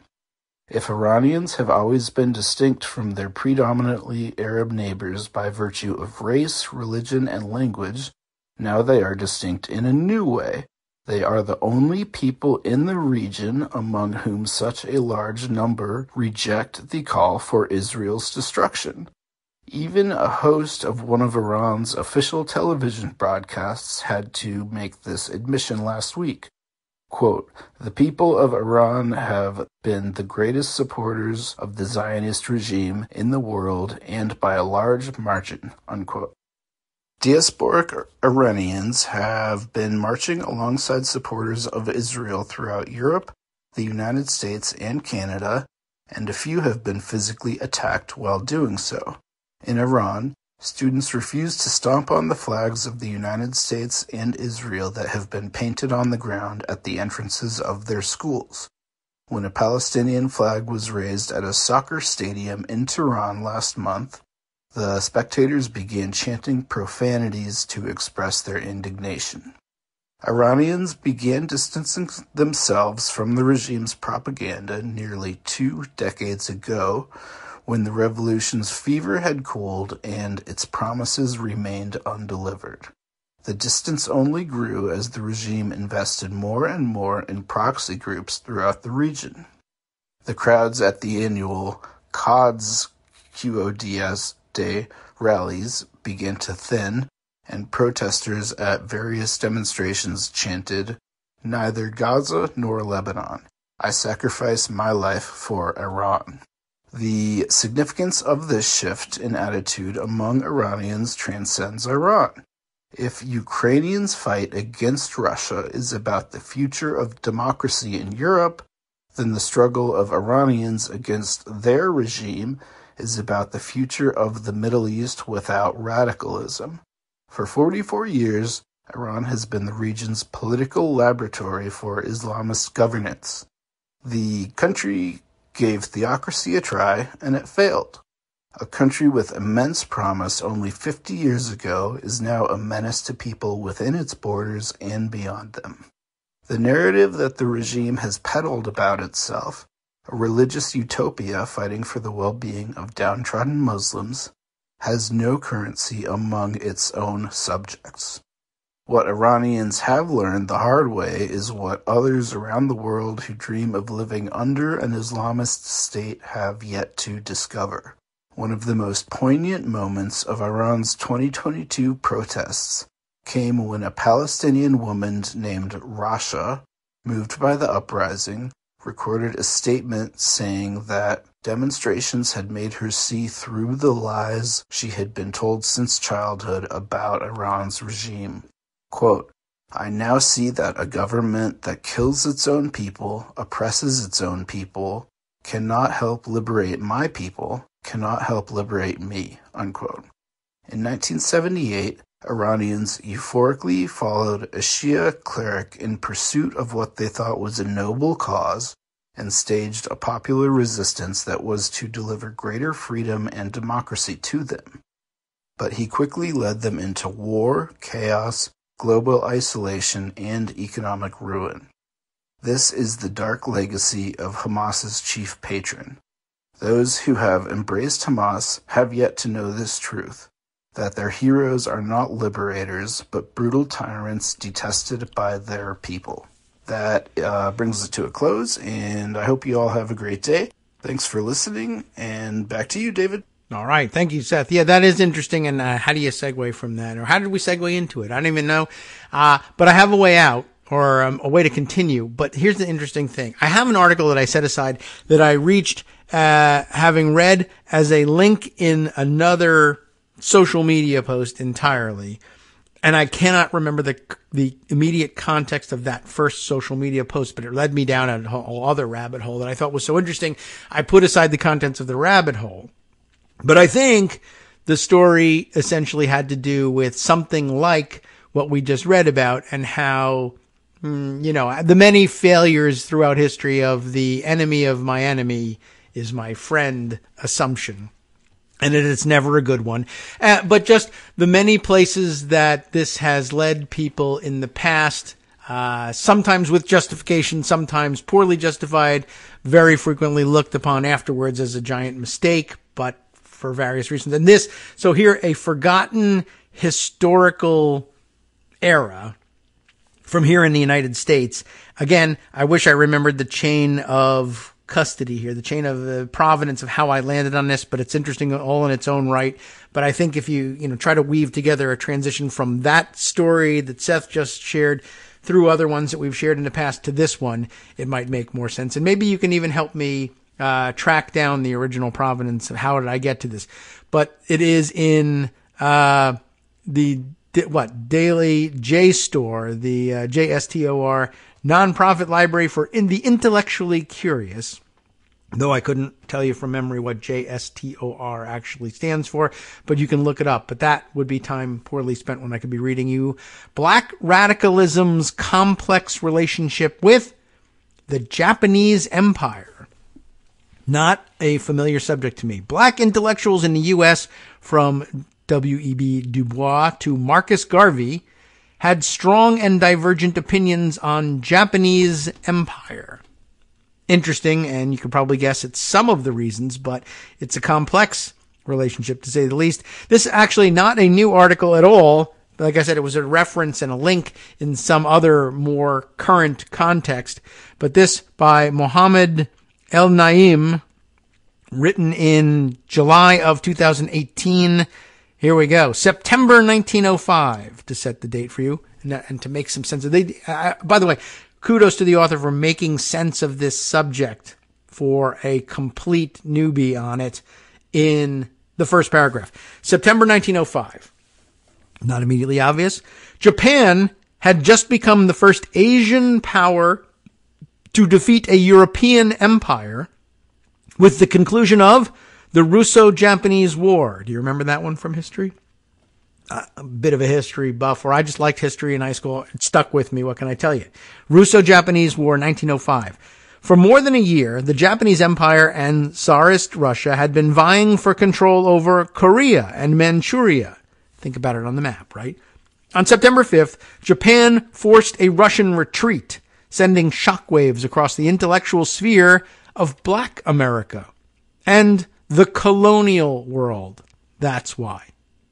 As Bill V. Mullen of Purdue University eloquently notes in his 2016 book, W.E.B. Du Bois, Revolutionary Across the Color Line, Du Bois was so moved that he declared, the magic of the word white is already broken. Du Bois was convinced that the awakening of with apologies, terminology of the time, the awakening of the yellow races is certain. The awakening of the brown and black races will follow in time. For anti-colonial intellectuals and black activists in the U.S., the Japanese victory presented a moment of realization. If, with the right strategy, European colonialists could be forced to retreat from the Far East in Asia, why couldn't they be forced to leave the Caribbean and Africa? By the time World War I began, Du Bois would write a seminal essay, The African Roots of War, wherein he would ask why African workers and laborers would participate in a war they couldn't understand. Why, he wondered, would Africans, Indians, and other colonial subjects fight for the sole aim of the exploitation of the wealth of the world, mainly outside the European circle of nations? He demanded that they take inspiration from the awakened Japanese, i.e., the woke Japanese. For Du Bois and his contemporaries, the Japanese victory proved that the empire could be a fulcrum for the colored peoples of the world, a means by which European expansion could be dislodged. But what a paradox this was. The Japanese empire, which sought nothing but the occupation of Korea, Manchuria, and if possible, the whole Far East, was being cheered on by self-identified anti-colonial intellectuals. Regardless, Japan cast its spell on black consciousness. In other words, they discovered this and said, I think we can exploit this. And they did. And sometimes they were found out. I'm not going to get through the whole article. Don't despair. There were black intellectuals who saw right through this. Regardless, Japan cast its spell on the black consciousness, and by the end of World War I, African American and Japanese intellectuals would develop a trans-Pacific camaraderie. African Americans would praise Japanese diplomacy and Japanese intellectuals. Left-wing or right-wing would, in return, Japanese intellectuals, left or right-wing, would condemn Jim Crow. So why not, right? To understand this relationship, one must look to Paris, where they're now eating donuts. The Paris Peace Conference in the end of World War I. To conclude the First World War, U.S. President Woodrow Wilson laid out a structure that would inspire the UN decades later. But of course, remember, he was a racist at heart. In Paris, he announced his 14 points for a new world order built on peace and self-determination of oppressed peoples. He called it the League of Nations. Meanwhile, in the States, the lynching of blacks went unanswered, and segregation continued unabated. A liberal abroad and a so-called pragmatist at home, Wilson was seen as hypocritical by many of the black left intelligentsia, and why not? In fact, William Monroe Trotter, an eminent voice against segregation in the early 20th century and a man who once campaigned for Wilson's presidency, became one of his greatest foes. Trotter gained nationwide infamy after being kicked out of the White House for challenging Wilson. He had been invited to speak on civil rights issues, but challenged the president on racial segregation among federal employees. Trotter called this segregation humiliating. It was. Wilson responded firmly, exclaiming, "Your tone, sir, offends me." He was a tone policeman. He was. Trotter was subsequently expelled from the premises. From then on, Trotter made it his mission to embarrass Wilson on a global stage. When Wilson declared his plan to espouse his 14 points for a global post-war order at the Paris Peace Conference in 1919, Trotter not only proposed a 15th point for racial equality. Can you imagine that was missing from his 14 points? You can if you know he's a racist. But he also traveled to Paris to protest and ensure its inclusion in the negotiations. A. Philip Randolph, a pioneer of the civil rights movement, sought to highlight the symbolism of Trotter's actions. As Yuichiro Onishi, an African-Americanist at the University of Minnesota, notes, in a March 1919 issue of The Messenger, Randolph remarked that William Monroe Trotter has caught the point and gone to Europe to embarrass the President of the United States, who has been making hypocritical professions about democracy in the United States, which has not existed and does not exist. Trotter wanted to use his presence as a weapon to demonstrate Washington's failure to reconcile Jim Crow laws with the liberal principles that Wilson espoused abroad. It was an ingenious, albeit unprepared, plan. Trotter arrived too late. At the time, Japanese politicians seemed to be watching U.S. race relations closely, like the Russians would years later. It could have been coincidental, or it could have been intentional, but Baron Nobuaki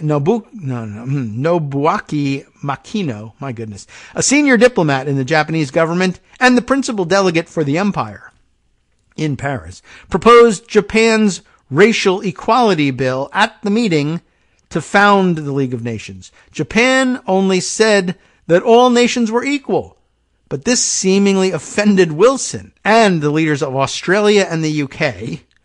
The proposal was immediately struck down. The symbolic value of these actions nonetheless reignited African-American intellectual admiration for Japan. Fumiko Sakashita, a professor at Ritsumeikan University in Japan, shows how Japanese intellectuals were humbled by this.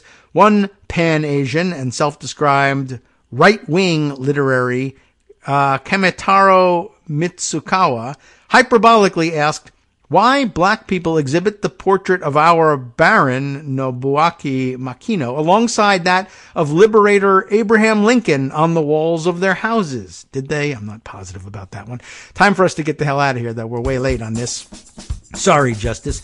But a correspondent in Chicago, Sei Kawashima, told his readers that Japan's proposal of abolishing racial discrimination at the peace conference gave black people a great psychological impact at that time. That it did. Marcus Garvey, a leading nationalist and Pan-Africanist who advocated for African Americans to return to Africa, was so impassioned that he believed that after the Great War, the next war will be between the Negroes and the whites until our demands for justice are recognized. With Japan to fight with us, we can win such a war. Well, this is a really interesting passage. Of course, I can't finish this thing. I think you should read it over the weekend. Part of it, I think, cites from the autobiography of Malcolm X, who at some point when being pressured, as many were, to be recruited into the armed forces from out of Harlem, mentioned that he was actually pro-Japanese in the run-up to, or in the middle of, World War II, and that, of course, excluded him from military service, but that the military intelligence services at the time, Malcolm says, were well aware of pro-Japanese sentiment widespread in Harlem, and this tends to explain it, and tends to explain how it was exploited on both sides, by the way. Very interesting. Later, black intelligentsia sees right through the act in Japan, and they say so right here in this article. You should take a look. Astonishing, really. You have been listening to Kagro in the Morning with David Waldman. Astonishing, at least for me. Maybe many of you are more familiar with Black American history. And hey, in that vein, we hand the microphone over now to Justice Putnam, who takes it up for the West Coast Cookbook and Speakeasy and takes you into the weekend. Hope you'll enjoy it. The slow pace while we still have Joe Biden as president. You get the weekend off.